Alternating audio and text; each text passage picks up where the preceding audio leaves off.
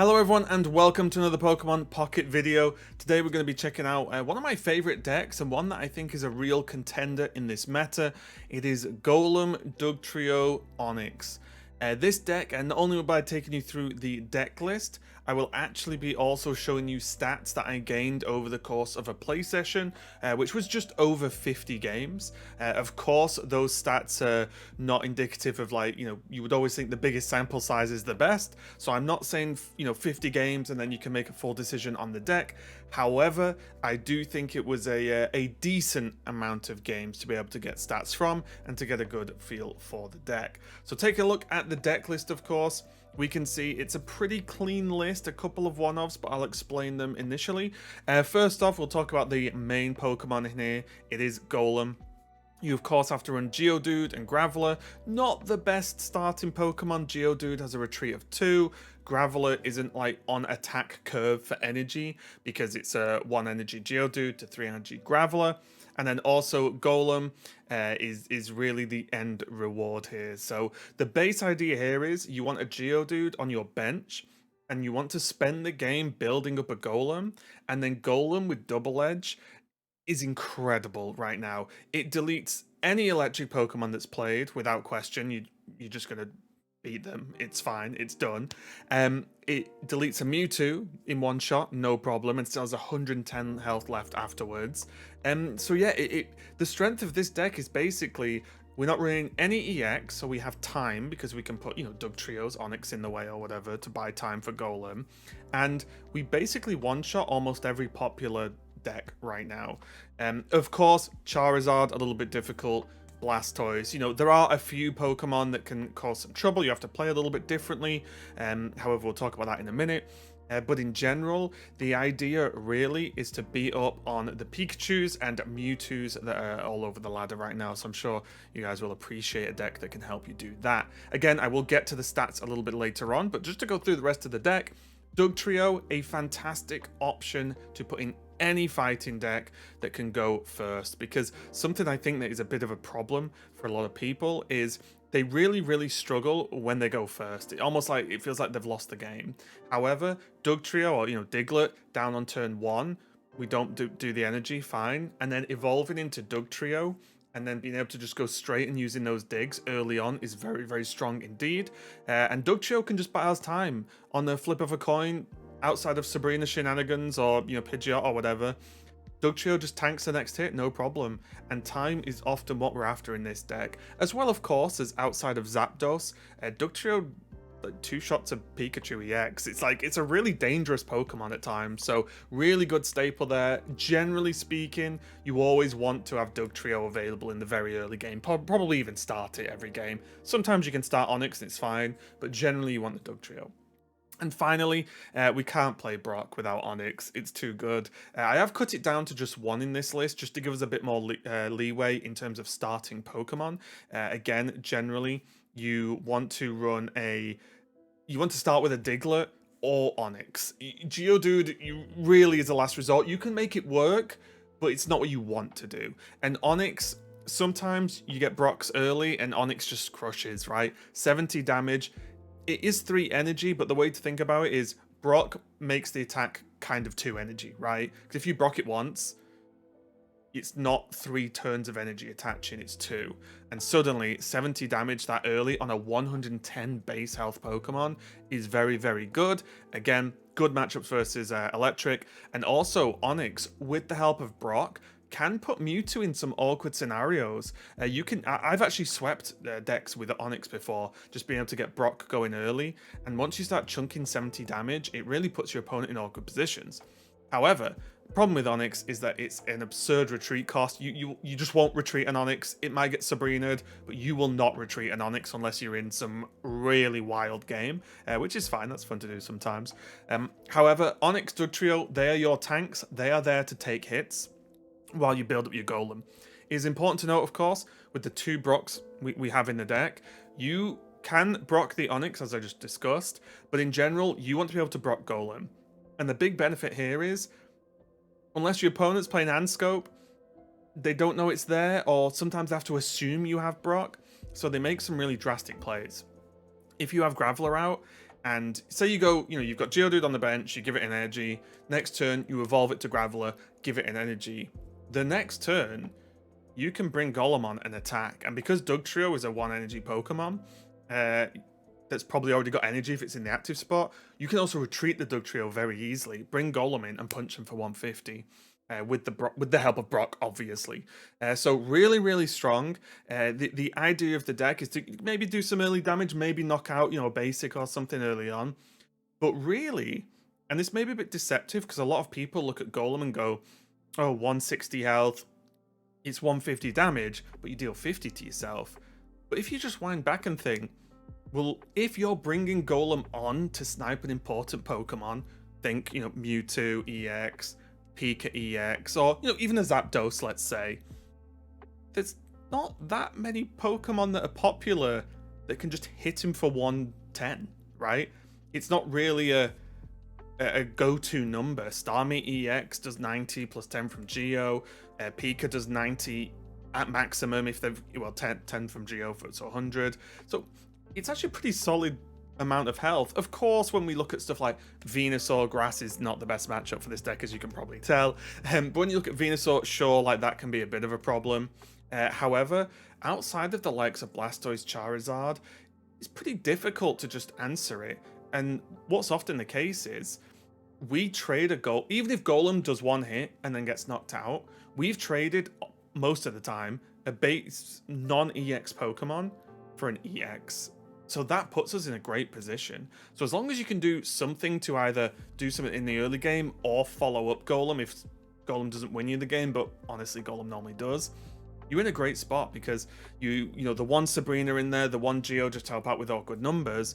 But really, once Golem takes out an EX, you should be very, very ahead. And sometimes Golem just takes it out, doesn't get knocked out back, and then just attack again, and you're probably up in points and have won. So really, really solid overall. Of course, 2 Professor Research, 2 Pokeball. You can... I chose to go for Potion, because Potion really feels like you stretch out the turns with the likes of Potion and Onyx, even a Dugtrio to make it maybe survive one more turn.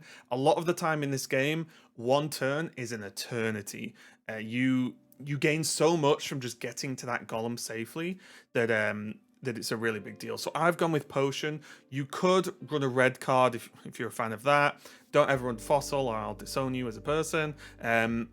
You could run an X-Speed, however, the reason you would run X-Speed would be to generally make the Geodude, Graveler, Golem, Onyx easier to retreat, but they're so bad to retreat anyway, a lot of the time you better just sacking it off and just saying, you know what, maybe they get hit in and get the job done. So yeah, that is the deck list, but now let's take a look at the stats. Okay, I have not included every single matchup here. I do have all the stats, so if anyone is interested in a particular matchup, ask me in the comments, I guess, and I'll let you know. But I do want to go over some overall stats and then some breakdowns of specific matchups. So just looking at these right now, overall there were, I think, 53 games played, and I went a 64% win rate. So 34 wins and 18 losses. I did take 1 loss off my total count, I think, here, because one of my losses was to Misty turn 1 stuff, which every deck loses to, so it's not really an indication of if this deck is good or not, because any single deck I would have played, if my opponent gets me with Misty like that early, it doesn't really matter what you play. So anyway, I deleted that. However, some of the stats we can look at here, I'll just start with the 2 biggest ones, or the 2 most important ones, and why I sort of built the deck how I did. Against Mewtwo EX, I played against it 10 times in my session. I won 9 of them and lost once, which is, again, I appreciate it. This isn't hundreds of games, this is just X amount of games. I just recorded it through one stream, basically. But I do think it was important that when you get to these kind of numbers, if you're playing 10 games versus the same archetype, and you racking up these kind of numbers, yes, I'll keep an eye on it going forward, but it's at least worth looking at because it means the deck is doing its job. So it went 9-1 versus Mewtwo EX, then versus electric decks, basically slightly different variations on Pika EX. Some were Raichu, some weren't. So it's just, I didn't know the particulars of every single deck. However, against Electric, I played against it 10 times again, and I won 8 of them and lost 2 of them. And I'll tell you right now, the tricky bit with the Electric decks is if your opponent catches on quickly that the way to often win against me is to go all in on Zapdos and actually rack up the energy and start doing the Thunder Strike, the attack that always hits me with 4 heads to do a 200 damage or 150 damage, whatever. That is a good way because our Pokemon don't hit the Zapdos any harder. They don't have a strength against it, unlike the other Electric Pokemon that are normally included in the deck. However, that being said, if you get to Golem, even if you've lost 2 other Pokemon, Golem comes in, one-shots any of their Pokemon, and again, outside of exactly them having a 3 energy benched Zapdos to come in and then maybe one-shot the Golem with the coin flips, you kind of just get them, right? And also, you know, you do play Sabrina. With Dugtrio early, you have a high chance of actually just knocking out one of their starters pretty early because you're dealing, again, outside of Zapdos, you're dealing like 60. So these are sort of Blitzels, Voltorb, Electrode, whatever. You hit really hard. So yeah, the Mewtwo and Electric matchups, 80-90% win rate, again, over 10 games, not tons, but still. They were very good. I was very happy with the results. Very comfortable to play those matchups because it's what the deck's built to do, right? To sort of prey on the top 2 meta decks. Some of the other ones to look at that went well. I only played against fire decks at Charizard really 4 times. I won 3 of them. Again, from my experience with playing Golem in general, is the matchup's okay because we have enough to pressure a Moltres because it's just gaining energy, and then a lot of the time Sabrina into a hit from Golem gets the work done. Because if we can take out the Moltres, you just need one Sabrina basically and the Golem, and then that's game. So it wasn't too bad. Versus Water that wasn't including Misty, turn 1 Misty or whatever, we played 7 times, we won 5 and lost 2, and that's 71. That again felt okay. Of course, one of the worries we can have is if we get like Starmie'd out like on curve, that can be a little bit tricky to deal with. However, you've always got to remember all these decks that are using the X Pokemon, if we get to knock that Starmie out, they need something else in the bag to get it done quick, because if not, we have that natural sort of extra length in the game because they have to knock out 3 of our Pokemon, and we have a Pokemon called Dugtrio that can make that very difficult. Some of the more difficult matchups, however, Dragonite, we only went 50% because it was only 6 games, but again, playing that matchup, it felt really difficult. We either got to Golem or an Onyx, and Sabrina did a Dratini or Dragonair or something, and like sort of we weirdly became the aggro deck, as most decks are when they face their Dragonite.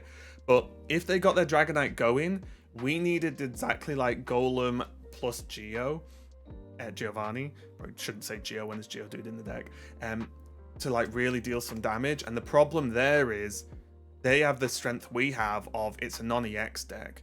So, okay, let's say we 1-for-1. Well, we're all in the same boat, except our backup Pokemon are Dugtrio and Onyx, and their backups are, I mean, it could be anything like Articunos, Weezings, another Dragonair, so on, so on. So that was a bit of a more difficult matchup.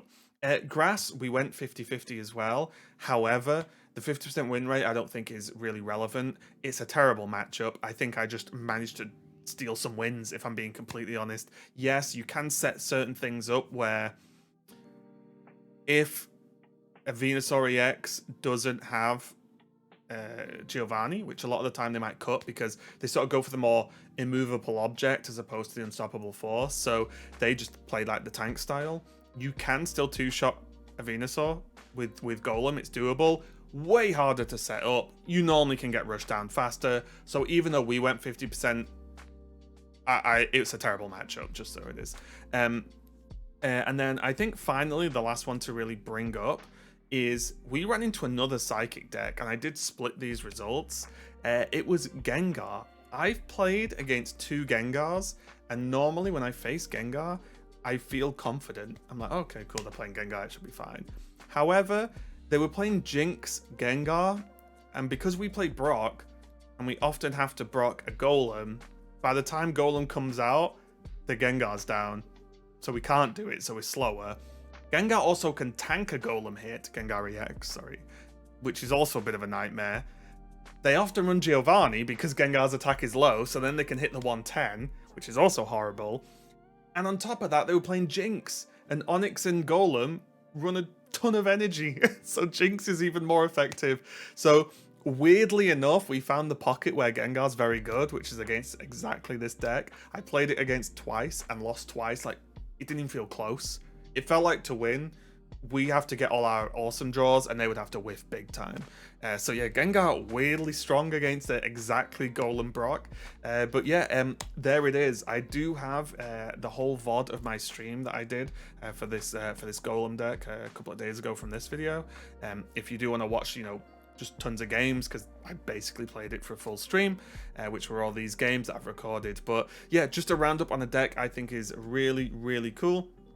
I'm looking forward to playing it more. I think it's strong, and I think people might start catching on if I can spread the word enough, because legitimately, if you run into Mewtwo or Pika on ladder and you're playing this, you should love it. You should be glad, because you should be able to just dumpster the most of the time. But yeah, that's going to be it for me today, guys. Thanks a lot for watching. I'll see you next time.